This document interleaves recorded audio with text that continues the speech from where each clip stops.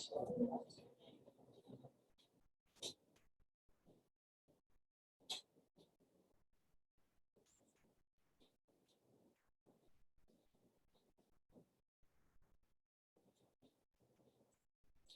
ये थी वो लास्ट बात जो आपसे लास्ट क्लास में discuss is the smallest representative of the अब एटम के बारे में इतना कुछ कहने को है, नॉन स्टॉप अभी से बोलना शुरू करें हमें ऐसे जज्बाती नहीं होना।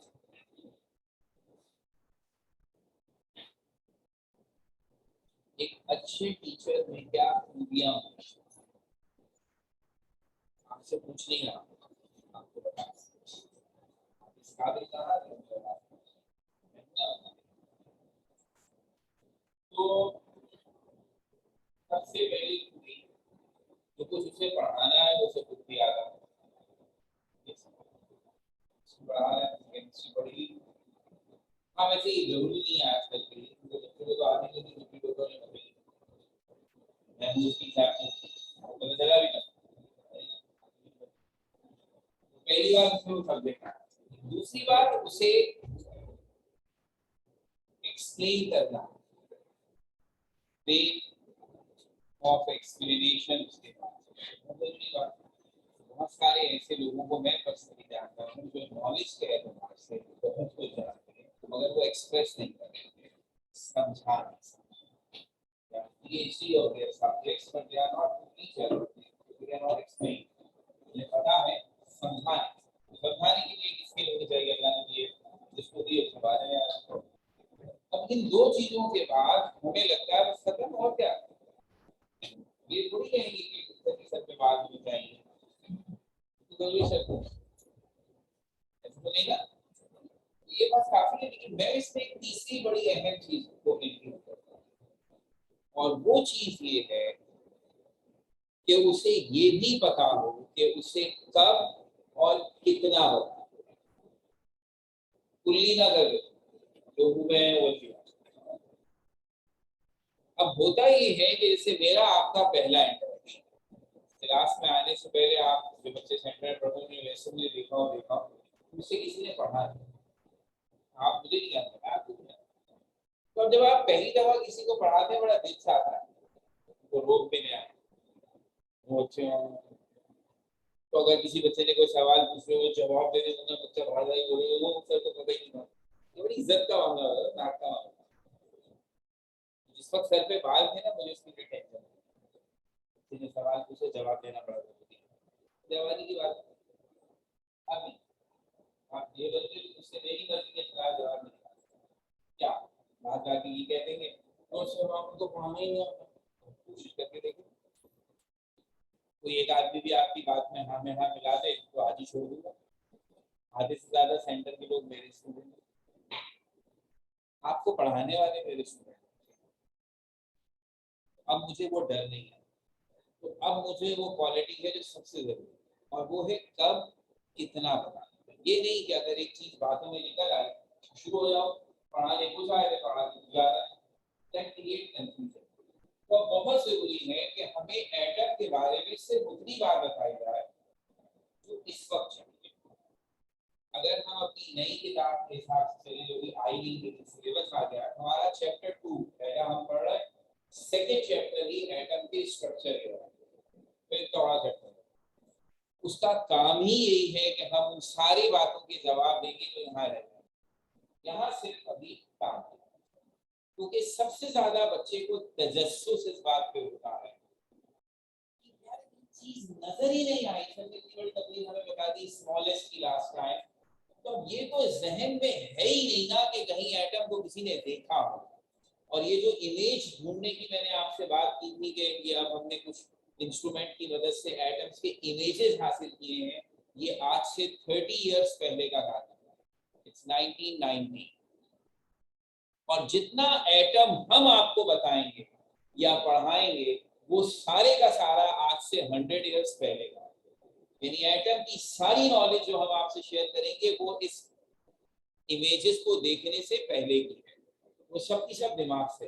कहीं भी आंखों से नहीं। तो अब वो धीरे धीरे स्टेप बाय स्टेप। तो अब पहली तो बात हो गई स्मॉलेस्ट को हमने उगल दिया। रिप्रेजेंटेटिव पे बात करें। रिप्रेजेंटेटिव ऑफ एलिमेंट, इसका मतलब है ये किसी भी एलिमेंट का वो सबसे छोटा हिस्सा है जिसपे उस एलिमेंट की सारी खूबियां।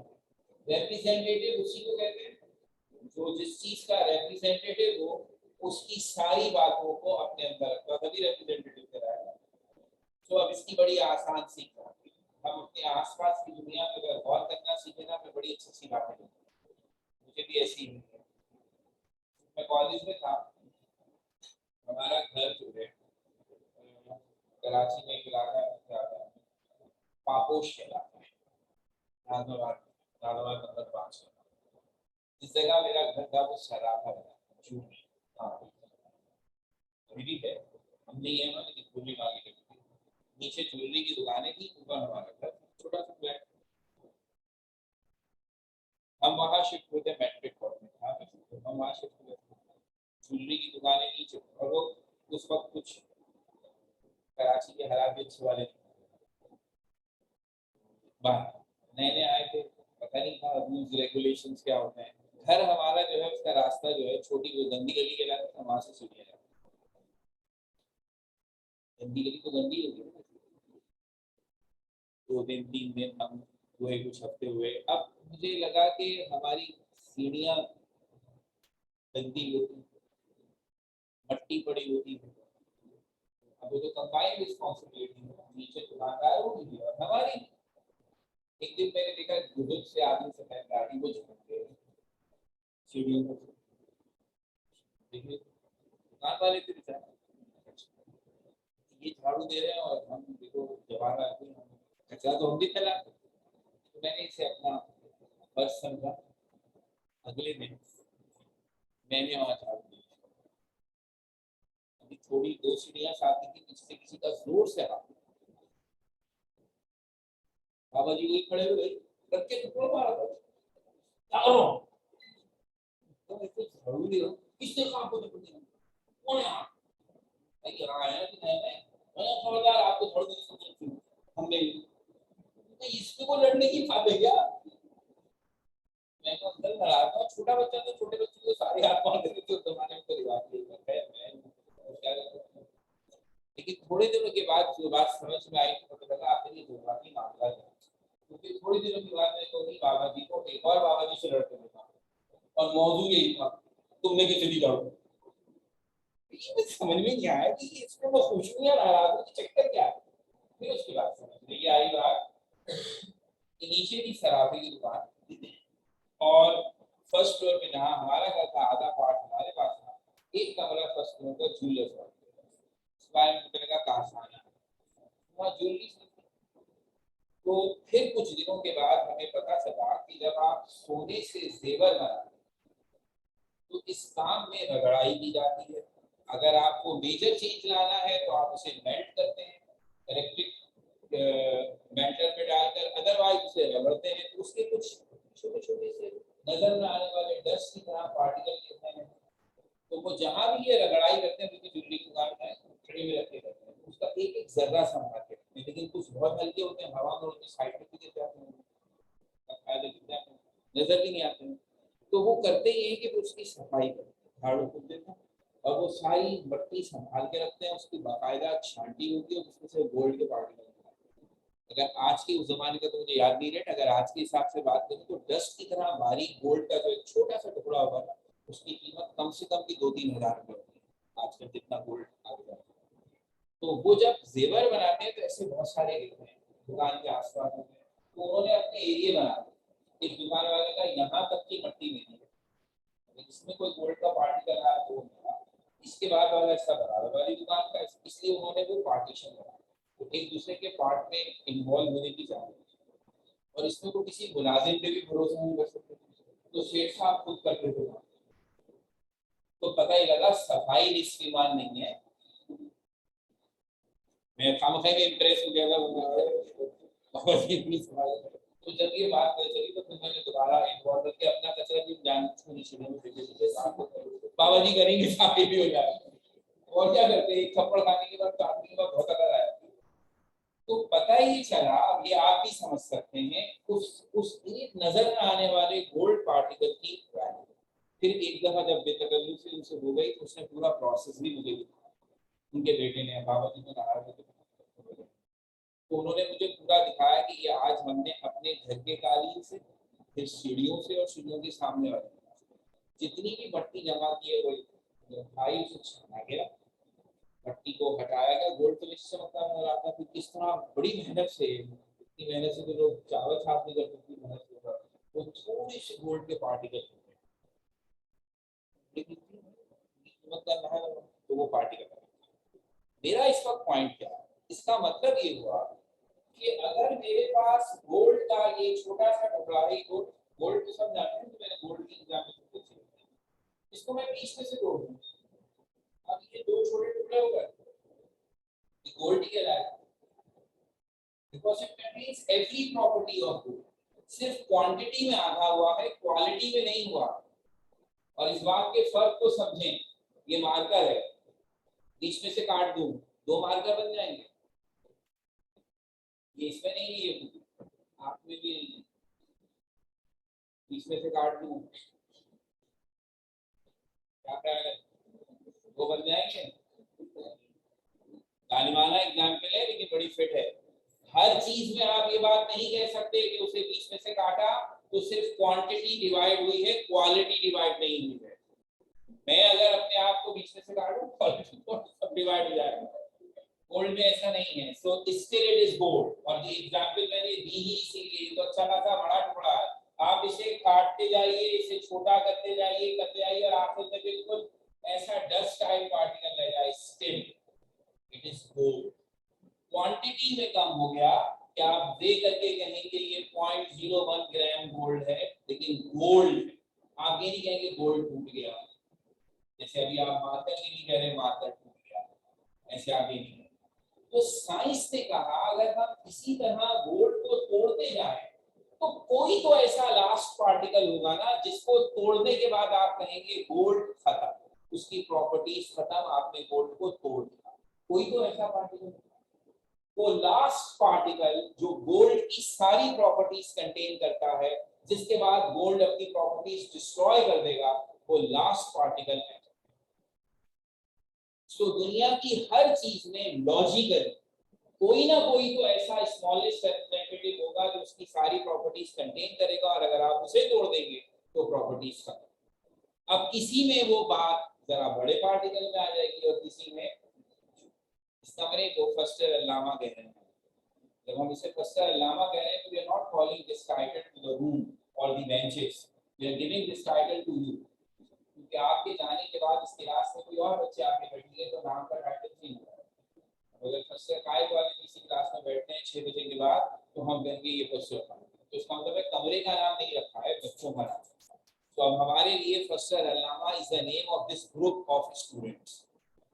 ठीक है, आपके ग्रुप का नाम है फस्टर अल्लामा। आपका एटम कौन है?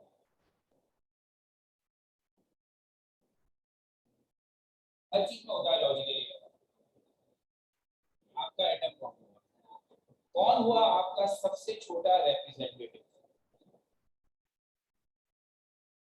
One student.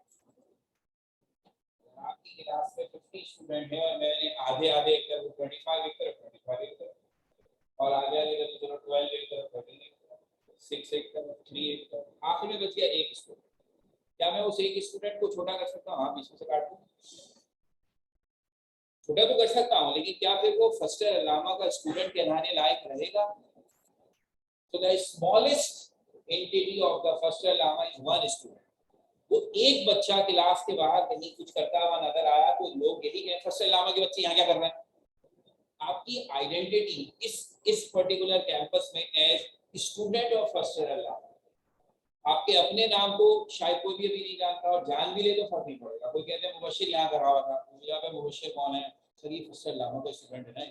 आपकी पहचान हमारे यहाँ इस वक्त आपकी क्लास में, तो one student is the smallest representative of your class, तो वो आपकी क्लास का एटम है। ये है लॉजिकल एक्सप्लेनेशन एटम, ये हर चीज में होते हैं। तो एटम से मुराद हो गई किसी भी चीज का छोटा रिप्रेजेंटेटिव। जिससे छोटा हो सकता है, so you not called atom as indivisible, उससे छोटा हो सकता है लेकिन छोटा करने की सूरत में वो खत्म। फर्ज कीजिए मैं गोल्ड के एटम को बीच में से तोड़ दूं, तो अब जो दो टुकड़े बनेंगे उनमें गोल्ड की प्रॉपर्टी नहीं रहेगी, अब वो गोल्ड नहीं रहा, आपने गोल्ड को डिस्ट्रॉय। ये है कॉन्सेप्ट। इस हिसाब से अगर मेरे पास 92 एलिमेंट्स थे नेचुरल, तो every element is made up of atoms which are the smallest representative of that element. अब चूंकि एलिमेंट और एलिमेंट में फर्क है, ये गोल्ड है और ये कार्बन है, दो एलिमेंट है, कार्बन में भी एटम है, गोल्ड में भी एटम है। कार्बन के एटम कहलाएंगे, कार्बन के अंदर जो एटम होंगे वो कार्बन के एटम कहलाएंगे, गोल्ड में जो एटम होंगे वो गोल्ड के एटम कहलाएंगे। अब कॉमन सेंस कहती है कि जो गोल्ड का एटम है वो अपनी प्रॉपर्टीज के लिहाज से कार्बन के एटम से डिफरेंट। ये तो कॉमन सेंस है ना, इसके लिए साइंस के किसी एक्सपेरिमेंट की जरूरत है, क्योंकि अगर दोनों में एक जैसे एटम है, आपने दुनिया की सारी चीजों में एक जैसे एटम है, तो भाई उनकी प्रॉपर्टीज में क्यों डिफरेंस होगा। और कॉमन सेंस सुनिए, हर चीज की खूबी इस बात पे डिपेंड करती है कि वो किन से मिलकर बनी है। किसी खाना तो खाते हैं ना, सब ऑक्सीजन से जिंदा नहीं है, तो है उसकी सेहत से तो लग रहा है, किसी से लग रहा है नहीं, सिर्फ ऑक्सीजन से जिंदा है। कभी कभी खा भी लेता हूँ ऐसी देखने को, खाना बहुत अच्छा बना, घर में आपने खाया बहुत अच्छा बना, बाप है मेरी बेटी ने पकाया ना तो अच्छा ही होगा, लेकिन अकल कहती है कि बेटी ने बनाया बनाया कुछ नहीं होता है, मेरे बेटी के हाथ में जादू हुआ तो कुछ नहीं होता है। खाने के अच्छे बनने और बुरे बनने के पीछे वजह होगी वो कंपोनेंट्स जो उसमें डाले। हाँ, बनाने वाले का कमाल ये है कि उसने सही चीजें सही कंपोजिशन के साथ डाली, मजेदार बिरयानी। उसमें उसके हाथ का कमाल नहीं है कि मैंने हाथ लगाया था तो अच्छी हुई, तो प्यार मोहब्बत वाली बात है, इसे हकीकत से बता।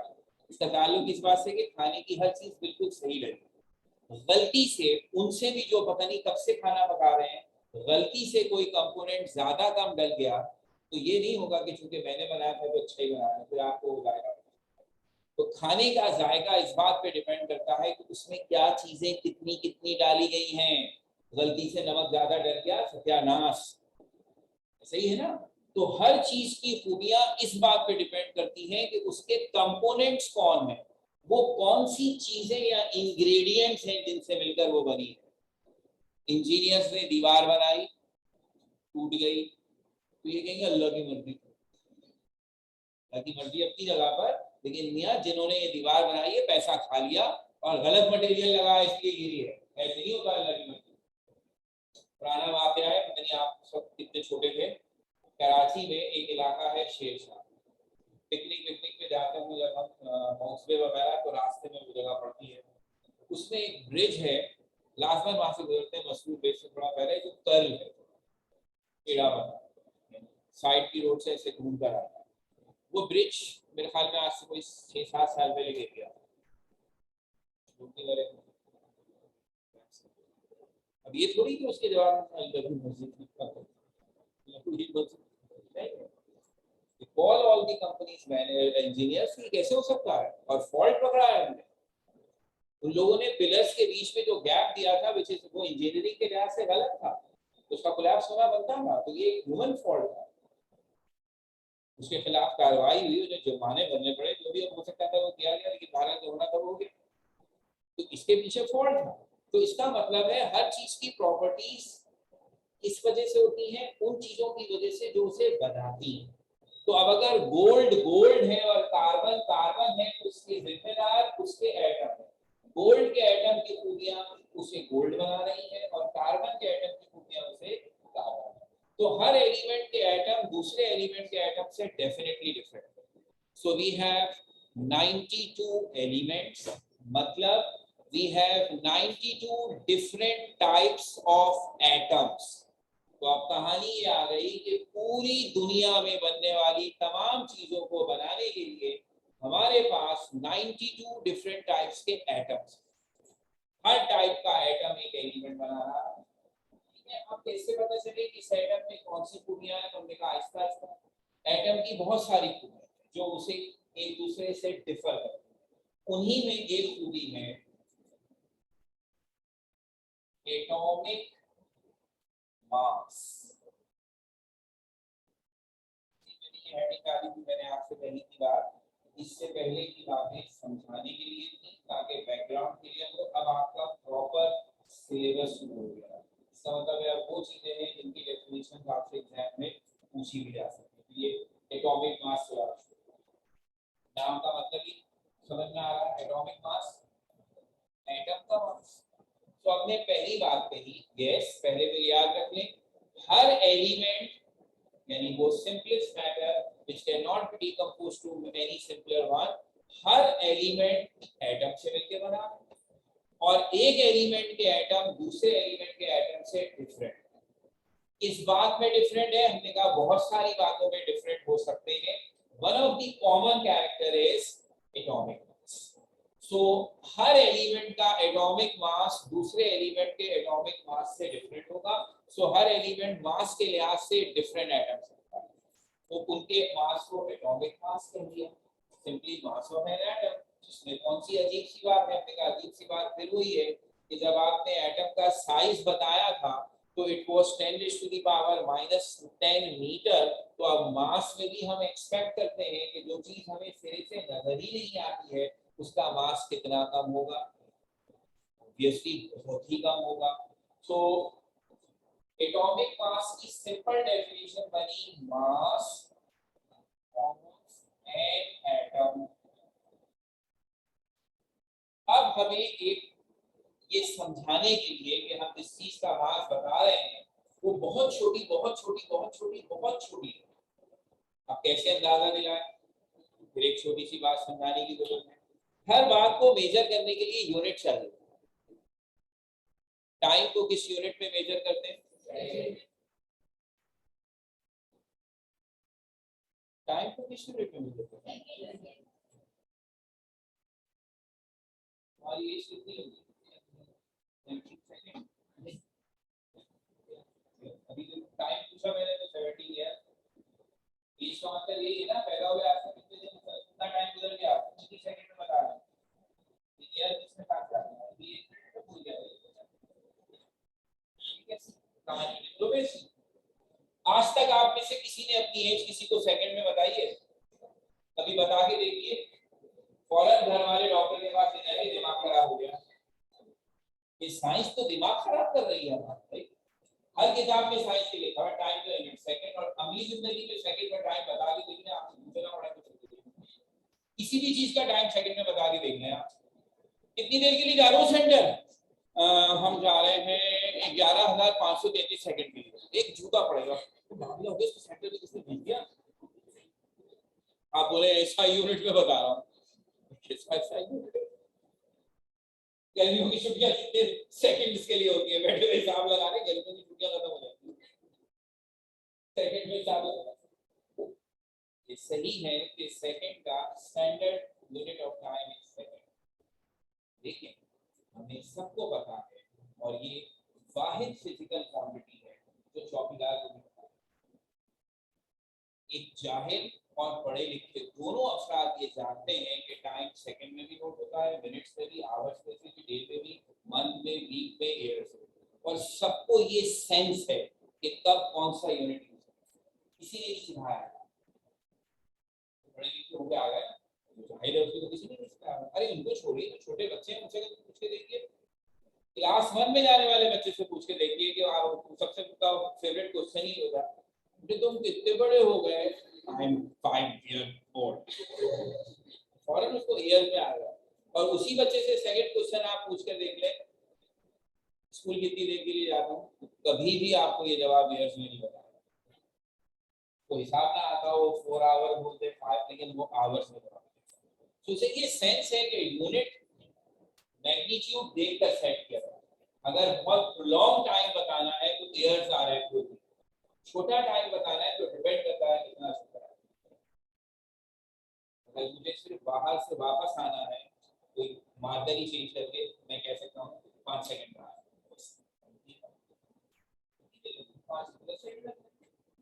बहुत छोटा टाइम में सेकंड चलता है, या अगर नहीं भी है और सामने वाले को सिर्फ ये बताना है तो बस जल्दी में आ रहा तो बेशक आपको आने में 3 मिनट लगे, लेकिन कह के आवे तो 2 सेकंड में आ रहा। उसका बताना ये गेस्चर देना होता है कि देर नहीं लगेगी फौरन। ये मतलब नहीं होता कि आप घड़ी देख के लगेंगे 2 सेकंड होगा तुम दुनिया पे मिनट कहाँ यूज करना है। तो ये सेंस हम सबको है कि हम टाइम को देखकर हिसाब लगा लेते हैं, या ईयर्स, यहाँ डेज, या मिनट्स, या सेकंड। तो यही सेंस हमें हर फिजिकल क्वांटिटी में आपसे चाहिए, तब आप साइंस में। तो अब यही सेंस मास में भी चाहिए। मास का यूनिट क्या था? किलोग्राम। इसका यूनिट एसआई, स्टैंडर्ड। लेकिन इसका ये मतलब नहीं है कि हर चीज को किलोग्राम में नोट करने लगे। अभी घर में किसी ना चलना ना करे, भाड़ा होता तो है, ये किसी की तो दवाई लेने जाना पड़ता है, हर दवा के साथ बताना पड़ता है ऑगमेंटन लेनी है तो कौन सी लेनी है, तो क्या किलोग्राम बताते हैं। 2 किलोग्राम ऑगमेंटन दे दो, दुकान वाला ही बाहर आ जाएगा। दवाओं में सबका मास मिलीग्राम। अब दवा से ज्यादा साइंसी चीज कौन सी होगी भाई? तो कोई नॉन साइंटिफिक तो नहीं ना, सबसे बड़ी साइंस ही वही है। तो वही साइंस वाले जो आपसे कह रहे हैं किलोग्राम में नोट करो, वही साइंस वाले मेडिसिन जैसी सेंसिटिव चीज के लिए मिलीग्राम यूज कर रहे हैं। इसका मतलब है ये कोई कंडीशन नहीं है कि अपने अपना एक स्टैंडर्ड बनाया, जहां जरूरत होगी इस्तेमाल करेंगे, ना जरूरत नहीं करेंगे। तो जैसे ही हमने देखा मास कम है तो ग्राम या मिलीग्राम नोट करते हैं। अभी तो मास और भी कम है तो यूनिट और भी छोटा होना चाहिए। अगर मैं एटम के मास के लिए किलोग्राम यूज करूं, ग्राम यूज करूं, मिलीग्राम यूज करूं, तो मैं वैसे ही पागल लगूंगा जैसा मैं अपनी एज को सेकंड में बताते हुए लगूंगा। It's not appropriate. ठीक है ना? तो अब मुझे ये सेंस हासिल करने के लिए कितना छोटा यूनिट चाहिए उस हिसाब से बात करूंगा। तो थोड़ा थोड़ा तो मैं याद भी हो गया। मिलीग्राम होगा 10 की पावर -3 ग्राम, माइक्रोग्राम 10 की पावर -6, ज्यादा 10 की पावर -9 इज नैनोग्राम।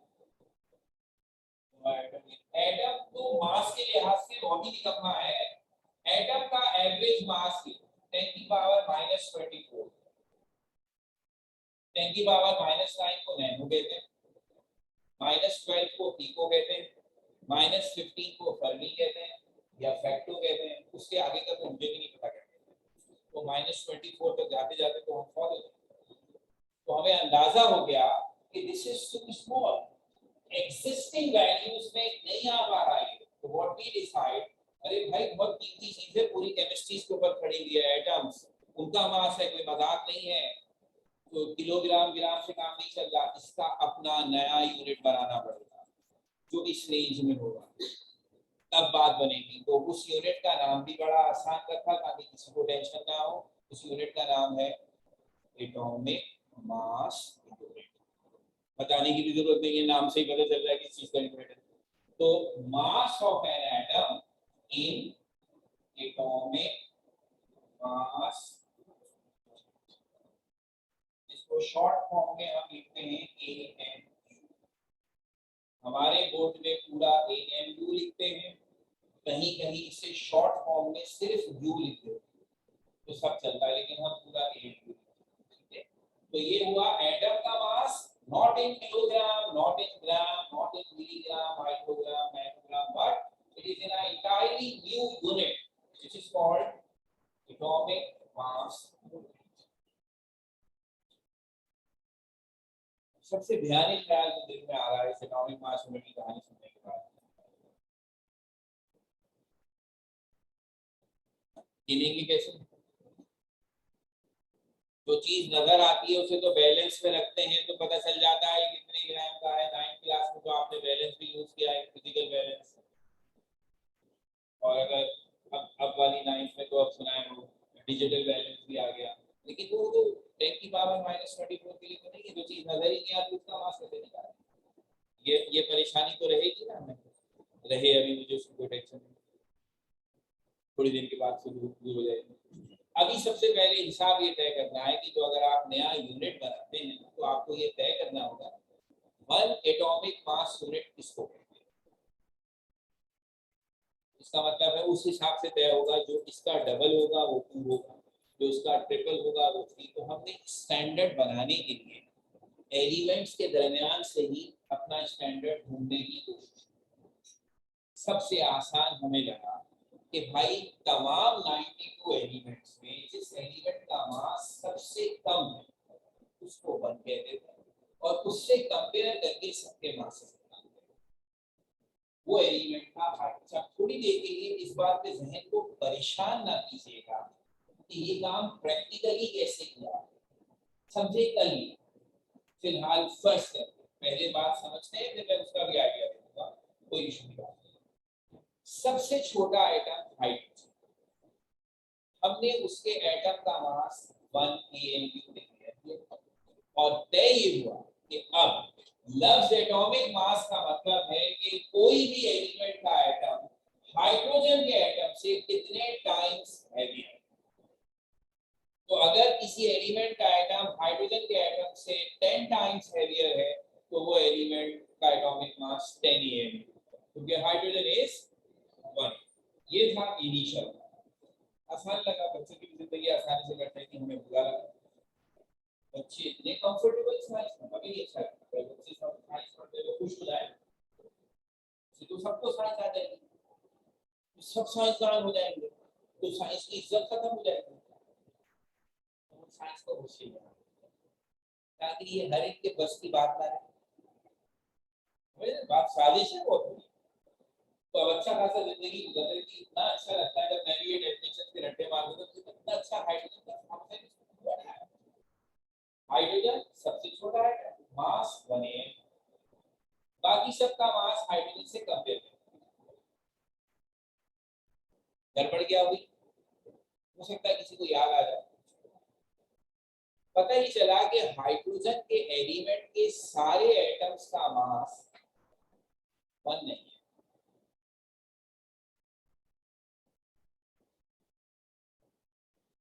दुकानदार को देखे वो बैलेंस में आपको तराजू में तोल कर देते हैं, एक पैन में वो आपका सामान रखते हैं, दूसरे में वेट रखते हैं। आपको ये बताना 5 किलो आम दे दो, तो एक में वो 5 किलो के वेट रखते हैं, दूसरे में आम रखते हैं। अगर कोई काम में आके आपको ये बता दें कि उसको 5 किलो रखना है ना, ये जाली है 4 किलो का 5 किलो बना के रखा है, ऊपर प्रिंटिंग आपको तो किसने चेक करना है? तो छपा हुआ होगा 5 किलो, जैसे कभी किसी ने जाकर ये चेक करवाओगे ये 5 किलो है, कैसे चेक करेंगे? वो तरीका नहीं। तो अगर वो वेट जिसकी मदद से सब कुछ किया है वही 2 नंबर लिख लेंगे तो हमारी सारी कैलकुलेशन गई। तो हमसे किसी ने आके हमें बरगला दिया, बोला हाइड्रोजन में जाली एटम, हाइड्रोजन के एलिमेंट में सारे एटम 1 है, कुछ कुछ एटम ऐसे भी हैं जिनका मास डबल है, यानी क्या कहते हैं ऐसे एटम?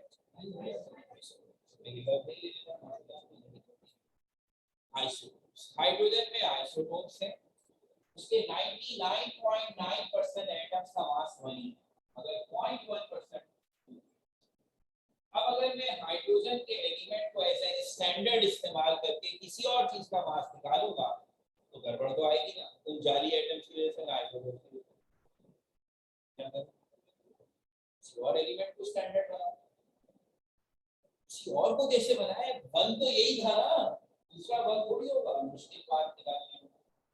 ऑक्सीजन बहुत कॉमन एलिमेंट हो, उसको स्टैंडर्ड ऑक्सीजन को बुलाया, ऑक्सीजन का मेरे तो खुद का मास 16 है, मुझे कैसे स्टैंडर्ड बनाओगे? आपको तो डिफाइन करना है 1 एटॉमिक मास यूनिट किसके बराबर। तो अब जरा मुश्किल हो गया, फ्रैक्शन ले आए, लेकिन बात ये बनी, हमने कहा हाइड्रोजन के बाद अगर हमने दूसरा एक स्टैंडर्ड बनाया तो है ऑक्सीजन। ऑक्सीजन के एक एटम का एटॉमिक मास ऑलरेडी 16 है, तो हमने कहा आप हाइड्रोजन के एटम के 16 पार्ट्स करें, तो एक पार्ट 1 AMU के बराबर होगा। 16 पार्ट का मतलब 1/16 टाइम्स। तो अब ऑक्सीजन के एटम को अगर हम 1/16 कर दें तो ये 1 AMU।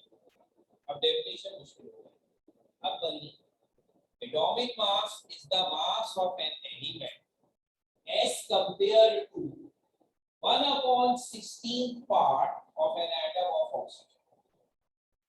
फ्रैक्शन आ गया, बच्चों को भी घबराहट, अब बच्चों का रोना कवर करते हैं। अब वहां से पता चला ऑक्सीजन में भी आइसोटोप आसमान से गिरा झूठ, क्या करें? है दो चार और भी बेचारे कोशिश की उन्होंने, हर एक में आइसोटोप है। बड़ी मिन्नतों मुरादों के बाद बिल आखिर कहानी यहाँ आकर रुकी कि कार्बन की एक फॉर्म है जो कहलाती है कार्बन 12, सबसे मशहूर form, purest form of carbon कहलाती है कार्बन 12, और उसको कोक भी कहते हैं। उसके बारे में पता चला कि उसमें आइसोटोप, तो अब वो हमारा स्टैंडर्ड बना है, लेकिन फ्रैक्शन तो आएगा। इसलिए जो एक ऑफिशियल डेफिनेशन बनी है वो बनी है atomic mass of an element is mass of an atom of that element with respect to 1/12 part of an atom of carbon 12। तो अपने कॉन्सेप्ट समझने के लिए, जहन में रखने के लिए ऊपर वाली डेफिनेशन है mass of an atom in atomic mass unit, that's it. और इम्तिहान में लिखने के लिए नीचे वाली डेफिनेशन, दूसरों के घर पे जाते तो तैयार हो जाता, तो ये वहां हमें ये लॉजिक बतानी पड़ेगी कि हमने एएमयू या एटॉमिक मास यूनिट किसको माना। So atomic mass of an element is mass of an atom of that element with respect to 1/12 part of an atom of carbon। तो हम जिस एलिमेंट का एटॉमिक मास आपको बताएंगे वो दरअसल कार्बन के एटम के 1/12 पार्ट से कंपेयर करके बताएंगे। ना आपको निकालना है और ना कोई आपको निकालने से कहता है, सिर्फ ये बात बताने की हमने कोशिश। प्रैक्टिकली ये काम कैसे करते हैं it's part of your syllabus, लेकिन आगे आएगा, अभी जज्बाती होने की जरूरत नहीं। हमारा काम अब क्या है, after this definition, okay, carbon को स्टैंडर्ड बनाया, सारे एलिमेंट्स के एटॉमिक मास निकाले। ये एक ऐसा कांस्टेंट है जो अब समझ लीजिए इतना सेंसिटिव काम है कि आज से शुरू हुआ, साल के आखिर तक आप जितने न्यूमेरिकल्स केमिस्ट्री में करेंगे सब में इस्तेमाल, चाहे कुछ भी टॉपिक हो, इसकी बहुत सेंसिटिव। एटॉमिक मास एलिमेंट्स के हमें याद नहीं करना, हर उस क्वेश्चन में जहां इसकी जरूरत होगी ये हमें गिवन होगी, जैसे मैं अभी बता रहा हूं। हाँ, अच्छा एक सजेशन है या कहिए एडवाइस है कि कुछ कॉमन एलिमेंट ऐसे हैं जो बहुत फ्रीक्वेंटली इस्तेमाल होंगे, तो उनके एटॉमिक मास हमें एहतियातन याद होने चाहिए। बात सही है कि वो क्वेश्चंस में हमेशा मिलते हैं, लेकिन फिर भी एहतियातन कुछ कॉमन एलिमेंट्स के हमें याद होने चाहिए का मतलब है वो पूरी हो जाए। तो आप जितने ज्यादा यूज करेंगे तो आपको वैसे ही वही मैं यहाँ लिख रहा हूँ। इसके बाद चूंकि हम इन्हें बहुत फ्रीक्वेंटली न्यूमेरिकल्स में इस्तेमाल करेंगे, वो भी हम साथ साथ बता देंगे, लेकिन आपके पास ये लिस्ट हो कि ये वो कॉमन 15 एलिमेंट्स हैं जो इतने फ्रीक्वेंटली यूज होंगे कि अच्छा है कि आपको इनके एटॉमिक मास एहतियातन ज़बानी भी याद। So the common atomic mass is, इन सबका यूनिट AMU है, इनको सबके साथ मैं लिख नहीं रहा हूं, बट इट इज नाउ इस डेफिनेशन के बाद अंडरस्टूड ये सब AMU। तो अब सबसे पहले हाइड्रोजन 1, फिर उसके बाद कार्बन 12, नाइट्रोजन 14।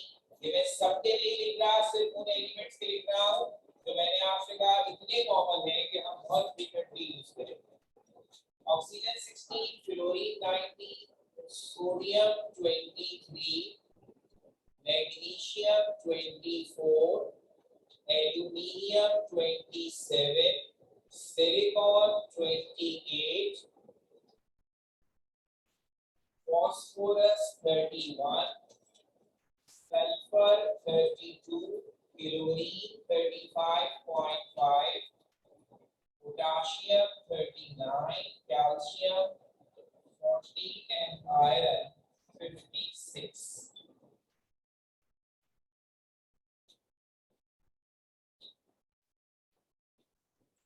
मैं फिर बार बार ये बात रिपीट कर रहा हूँ, जिन क्वेश्चंस में एटॉमिक मासेस की जरूरत पड़ती है उन क्वेश्चंस में एटॉमिक मासेस गिवन, और हम ये इस एहतियात से आपसे कह रहे हैं कि आपको भी एहतियातन याद हो, कोई हर्ज नहीं है, पाकिस्तानी पेपर है, कभी कभी मिस्टेक हो जाती है, खास तौर पर अगर ये होगी तो ऐसे एलिमेंट्स के लिए होगी जो बहुत फ्रीक्वेंटली इस्तेमाल होते हैं, तो इसलिए आप जब इन्हें बार बार यूज करेंगे ये खुद ही आ सकता है। और ये बात तो तय है कि इसके अलावा अगर किसी एलिमेंट का कभी किसी न्यूमेरिकल में तस्करा आया तो 101% उसका एटॉमिक मास लाजमन है, घंटी अगर कभी मारनी होती है तो कॉमन एलिमेंट्स की मारनी। अब ये हो गया एटम, उसका मास जो मैंने आपसे कहा इसकी एक अहम कैरेक्टरिस्टिक है, ये चंद कॉमन एलिमेंट्स के पास। अब एक स्टेप आगे,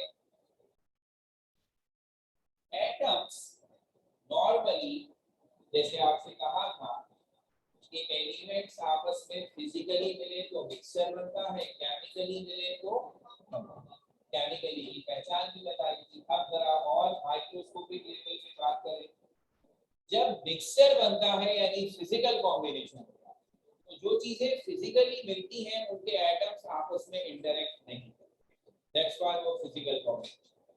केमिकल कॉम्बिनेशन की एक निशानी वही थी जो हमने बताई थी कि जब केमिकल कॉम्बिनेशन होता है चीजें अपनी पुरानी प्रॉपर्टीज खत्म कर देती हैं और बिल्कुल नई प्रॉपर्टीज वाला नया सब्सटेंस बनता है। और इसकी रीजन ये है कि जब केमिकल कॉम्बिनेशन होता है तो जो चीजें केमिकली कंबाइन होती हैं उनके एटम्स आपस में इंटरेक्ट करते हैं, एटम्स एक दूसरे के साथ मिलकर एटम्स का ग्रुप बनाते हैं। सिंगल एटम तो एटम हो गया, अगर दो या दो से ज्यादा एटम केमिकली आपस में मिलते हैं तो that group is called molecule. ये लफ्ज सुना हुआ है कानून में। तो सिंगल एटम आपके सामने है, दो या दो से ज्यादा एटम अगर आपस में मिल जाए तो that group is called molecule. तो अब हमारी कहानी अगले स्टेप में, एटम से अगला है molecule. Group of two or more than two atoms is called molecule. दो या दो से ज्यादा एटम आपस में मिल जाए तो that group is called molecule. अब इसमें भी कहानी ये है कि वो जो दो एटम या दो से ज्यादा एटम आपस में जुड़े हैं वो कौन है। अगर वो दोनों या जितने भी वो एटम हैं वो सारे एक ही एलिमेंट के एटम ग्रुप बनाए तो वो मॉलिक्यूल है, मगर एलिमेंट कम हो। लेकिन अगर मॉलिक्यूल बनाने वाले एटम्स का ताल्लुक अलग अलग एलिमेंट से है, तो ये बात हम शुरू में कह चुके, अगर टू और मोर देन टू एलिमेंट्स आपस में मिलते हैं तो ये बनता है कंपाउंड। तो फिर मॉलिक्यूल बिलोंग्स टू कंपाउंड। इसका मतलब है मॉलिक्यूल ग्रुप ऑफ एटम को कहते हैं, वो एलिमेंट का भी हो सकता है और वो कंपाउंड का तो होता ही है।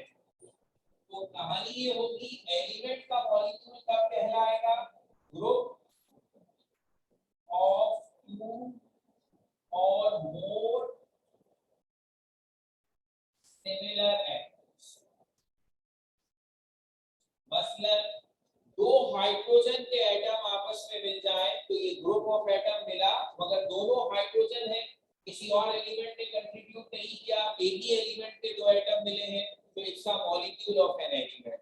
और उसको कैसे लिखेंगे, H2 ऐसे करके लिखते हैं। H is a symbol of hydrogen और नीचे 2 बनाया तो इसका मतलब क्या हुआ कि there are two hydrogen which are groups together.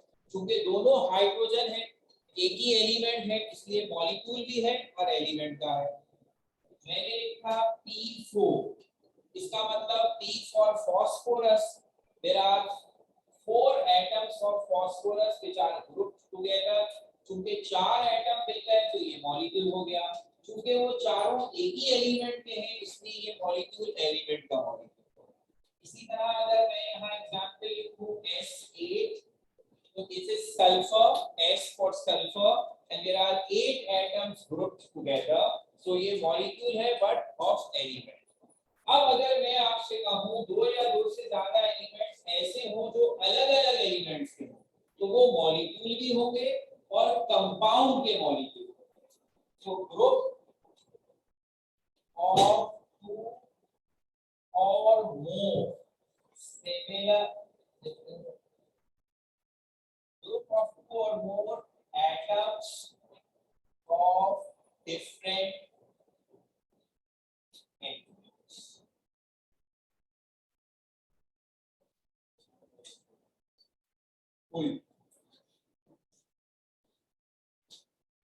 और मैंने मिटा लिया। अच्छा, अब ये हो गई बात। इसकी एग्जांपल में if I write HCl, अब आपको सिंबल्स की भी आसान पहचान होनी चाहिए।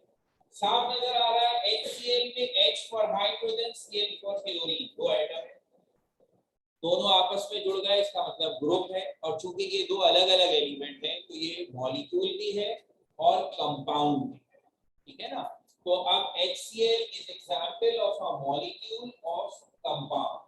सेम इसी तरह H2O is another molecule in which there are 3 atoms, एक ऑक्सीजन, दो hydrogen. Since they belongs to 2 different elements, that's why it is molecule of compound.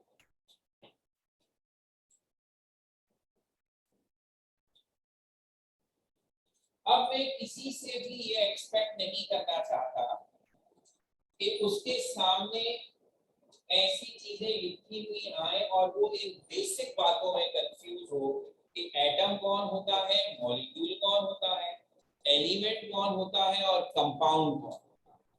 तो अब ये चीजें क्लियर होनी चाहिए, ठीक है ना।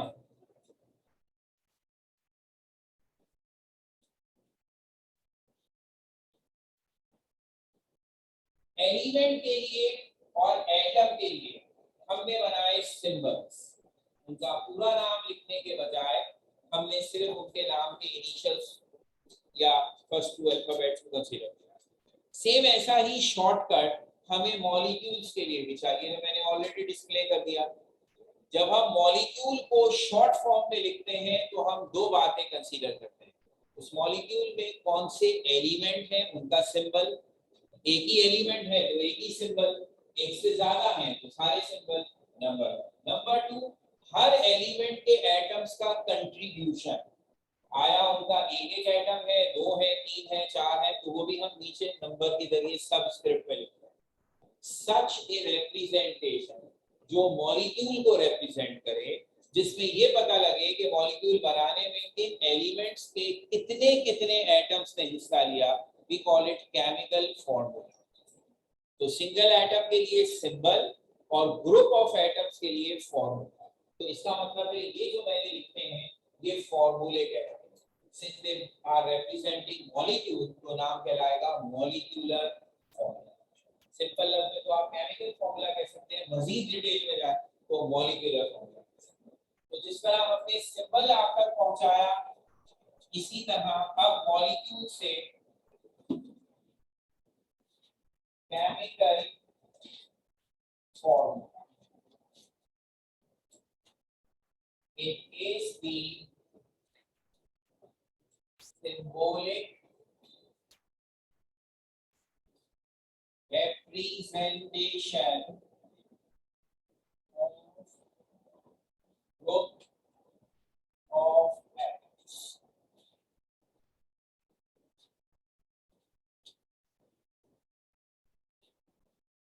इसको आप नहीं है।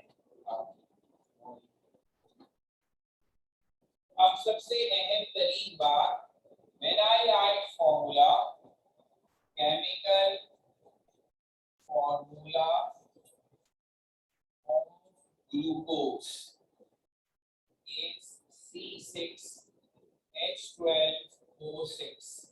तो अब हम में से हर एक इस फॉर्मूले को समझे। दावा मेरा यही है कि जब जरूरत पड़ेगी ना तो सब क्लीन बोल्ड है। और अभी दिल में गया इसकी जरूरत पड़ेगी ना तो सब क्लीन बोल्ड है। कितना बड़ा है इसको भी मैंने लिखा है ग्लूकोज कॉमन का काम आपको बता। इसका फॉर्मूला आपको ये बता रहा है कि glucose is a compound of carbon, hydrogen and oxygen. ये तीन एलिमेंट केमिकली कंबाइन होते हैं और एक नया सब्सटेंस बनाते हैं जिसे ग्लूकोज। इस कॉम्पोजिशन के साथ कि इसके हर ग्रुप ऑफ एटम या मॉलिक्यूल में 6 कार्बन एटम है, 12 हाइड्रोजन एटम है और 6 oxygen. So every molecule of glucose contains 24 atoms. Altogether 24 atoms, out of which 6 carbon, 12 hydrogen and 6 oxygen. So after having this basic introduction of molecule, हमें atomic mass का पहला काम समझ में आया। जैसे एटम का मास एटॉमिक मास था वो तो इंफॉर्मेटिव यानी साइंसदानों ने निकाला, हमारे लिए उनकी हैसियत कांस्टेंट्स जैसी है।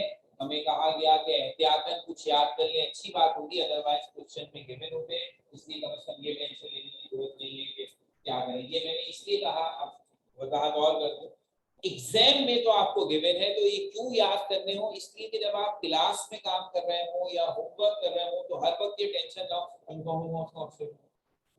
घर में काम कर रहे हैं तो मतलब मैं दीवारें तोड़ता हुआ थोड़ी आ जाऊंगा कि आपको एटॉमिक मास है।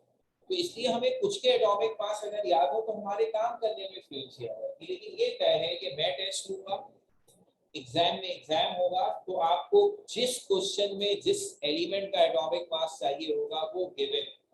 सो it's not for exam, it is for our continuous work कि अब हम काम कर रहे हैं क्योंकि ये हर टॉपिक में चाहिए होगा। तो हिंड्रेंस लगती है हर जगह, वो कार्बन का एटॉमिक मास भाई कम से कम इसका भी याद हो जाए, देखिए दिन लगी ना होगा, ठीक है ना। तो अब इन एटॉमिक मासेस से हम एक इंतहाई इंपॉर्टेंट चीज करेंगे और वो होगी मॉलिक्यूलर मास। तो ये वो सिंपल तरीन काम है जो 9th में सिखाया है और 9th में भी नहीं पूछ रहे, तो मतलब ये नहीं पूछते कि मॉलिक्यूलर मास इतना आसान। और अहमियत इसकी ये है कि जैसे मैं अभी थोड़ी देर पहले कहा, हर न्यूमेरिकल में केमिस्ट्री के हमें मॉलिक्यूलर मास निकालना पड़ेगा और अगर उसमें किसी ने अपनी ओवर कॉन्फिडेंस होने की वजह से गलती की, पूरे सवाल का सत्यानाश है।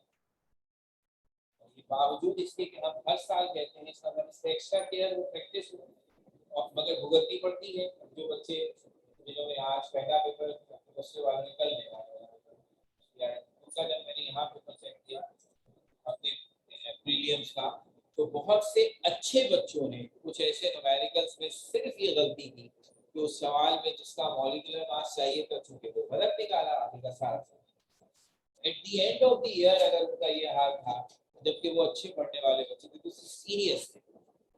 तो अब मकसद ये है कि हम इसकी इम्पोर्टेंस को समझेंगे। तो हमारा नेक्स्ट काम यही है, ये सब हमने बता दिया। अब अगली क्लास में मॉलिक्यूलर मास और डिफरेंट मॉलिक्यूल्स निकालेंगे। वैसे तो अच्छे बच्चों को कुछ जरूरत नहीं पड़ेगी, लेकिन फिर भी ऐसा कैलकुलेटर कल आप सबके पास जरूर हो, क्योंकि अगले क्लास में काम करना है उसमें कहीं कहीं जमाने की बजाय कहीं कहीं कैलकुलेटर बहुत अच्छी है, ठीक है।